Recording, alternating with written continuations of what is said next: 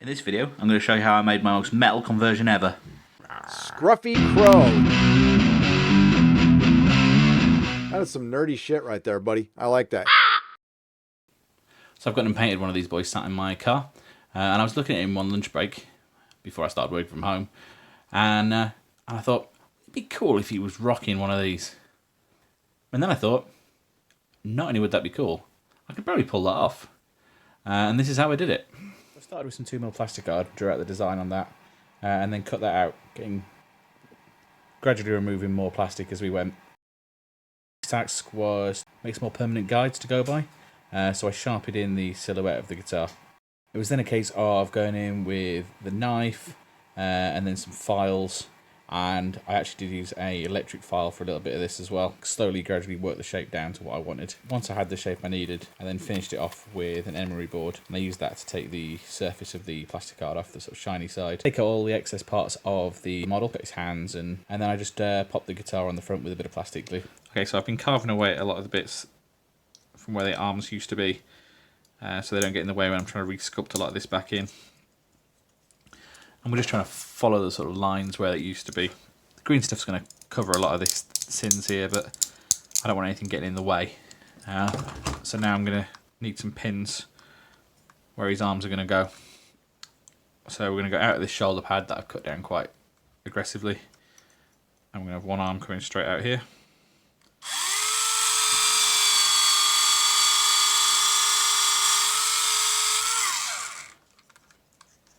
And the other one's going to come at an angle out of this shoulder pad.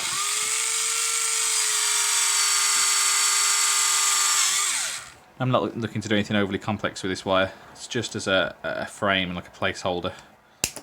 So I've got something to put the green stuff on. So that's one arm and the other one there. I'll be honest, pose-wise, this guy's turned into a bit of a bass player, which is going to make the strings easier. Okay, I've been missing a little bit of the filming on this guy due to me doing him while I've been at work, as I've been working from home. We've bulked up where the wires were. This was 2 layers of green stuff, so one was just a blob extending from the elbows to where the hands are. And then the second layer I went back in and I detailed them out. And I've been filing this down a little bit. I'm probably even going to do a third layer, bulk out this glove a little bit, make this one a little bit wider to try and match the other models. But I'm pretty happy with the way the fingers have turned out. Once I got the hands to this stage, I also went in and worked on this bridge section. I'm probably going to extend that out to make it look a bit more like a sort of Floyd Rose style bridge. And instead of a volume control, I tried to add this little skull in, modelling it roughly off the ones on his neck there. So one thing I've noticed is if we look at this elbow pad here, it kind of follows the line of his arm and the bend. I mean, it's not perfect because we've reposed it. It could have been doing it further on the back, but it's not the end of the world. This one, however, is about 90 degrees out of place. So really, I need to get this and just sort of spin it round. Okay, I quite viciously removed his elbow with my snips. Okay, so I completely chopped that away now. And while I was at it, I trimmed up where I was green stuff in that shoulder. I know it doesn't look great at the moment, but I think it'll look fine once it's all painted. You can see where the pin went through to actually put this arm in place.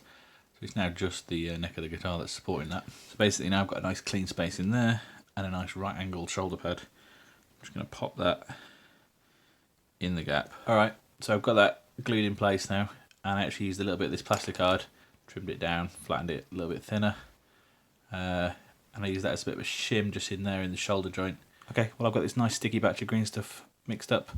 I'm just making these tiny little balls, popping them at the top of each of these wires, and then just using the edge and back of my tool just to flatten them out. Okay. So I've got this small plastic offcut, and I've used the emery board to file a curve in the top, and now I've cut that curved portion off. And now I'm going to attempt to take some fine slices.